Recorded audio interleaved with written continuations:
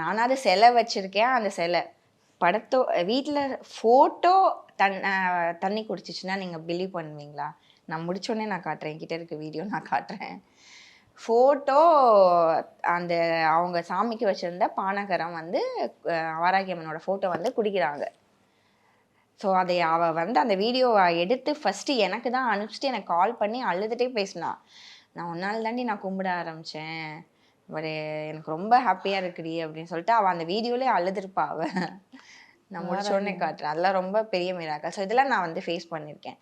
அதே மாதிரி செவுத்துல வந்து பல்லி போகும் இல்லையா, என்னோட வீட்டில் பல்லி தரையில் தான் போகும். இல்லைனா பல்லிக்கிட்ட பேசுவேன் நான். ஸோ அந்த மாதிரி தரையில் தான் போகும் பல்லி. நிறைய பேர் பார்ப்பாங்க, செவுத்துல தானே பல்லி போகும், என்ன தரையில் போகுதுன்னு. அழகாக தரையில் இந்த பக்கம் இப்படி கிராஸ் பண்ணி அப்படி போவாங்க. அழகாக போவாங்க. ரோட் இப்படி நம்ம நடந்து போகிற மாதிரி குதிச்சு குதிச்சு விளையாண்டுட்டு நடந்து போவாங்க.